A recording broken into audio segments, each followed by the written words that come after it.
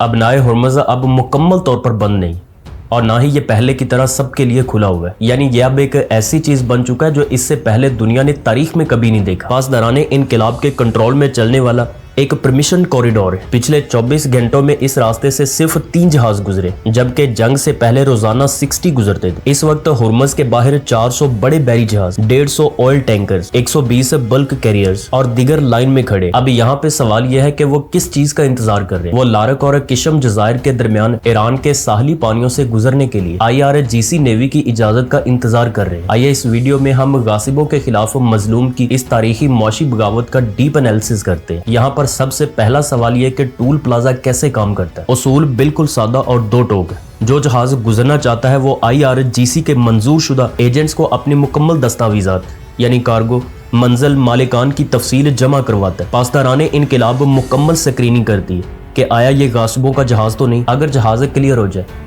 تو اسے فی جہاز کے حساب سے $2 ملین یعنی $20 لاکھ ٹول ٹیکس ادا کرنا پڑتا ہے۔ یعنی یوں سمجھ لیجئے کہ ایک ٹینکر جس میں 20 لاکھ بیرل تیل ہو، اس کے لیے یہ $1 فی بیرل بنتا ہے۔ اجازت ملنے پر پاسداران انقلاب کی پٹرولنگ بوٹس جہاز کو بحفاظت اس تنگ ترین راستے سے گزارتی۔ پاسداران انقلاب کا یہ $2 ملین کا ٹول ٹیکس کن ذرائع سے وصول کیا جا رہا ہے؟ سب سے پہلے نمبر پر چینی یوان، دوسرے نمبر پر کرپٹو کرنسی اور تیسرے نمبر پر بارٹر سسٹم، یعنی اپنی ضرورت کے سامان کے بدلے راستہ دینا۔ اور ہاں، یہ صرف ایک ٹول ٹیکس نہیں بلکہ یہ بمباری کے سائے میں چلنے والا پوسٹ ڈالر دنیا کا ایک لائیو اور کامیاب ایکسپیریمنٹ ہے۔ اس حکمت عملی کا سب سے شاندار پہلو یہ کہ ایران کا اپنا یعنی 1.1 سے 1.5 ملین بیرل تیل روزانہ بحفاظت نکل کر چین جا رہا ہے۔ ناکہ بندی صرف ان کے لیے جو غاصبوں کے اتحادی ہیں۔ دنیا بھر کے سینٹرل بینک اس ایک ابنائے ہرمز کے ہاتھوں یرغمال بن چکے ہیں، یعنی امریکی فیڈ شرح سود نہیں گرا سکتا، یورپی سینٹرل بینک سود بڑھانے پر مجبور ہے اور جاپان کی 10 سالہ ییلڈ 27 سال کی بلند ترین سطح پر پہنچ چکی۔ دنیا کے 6 ممالک میں فیوڈ ریشننگ شروع ہو چکی۔ سلووینا پمپوں پر QR کوڈ سکین کروا رہا ہے۔ ساؤتھ کوریا نے ہفتے میں ایک دن سرکاری گاڑیوں پر پابندی لگا دی۔ دنیا کے 20% تیل کی سپلائی اب کسی امریکی بحری بیڑے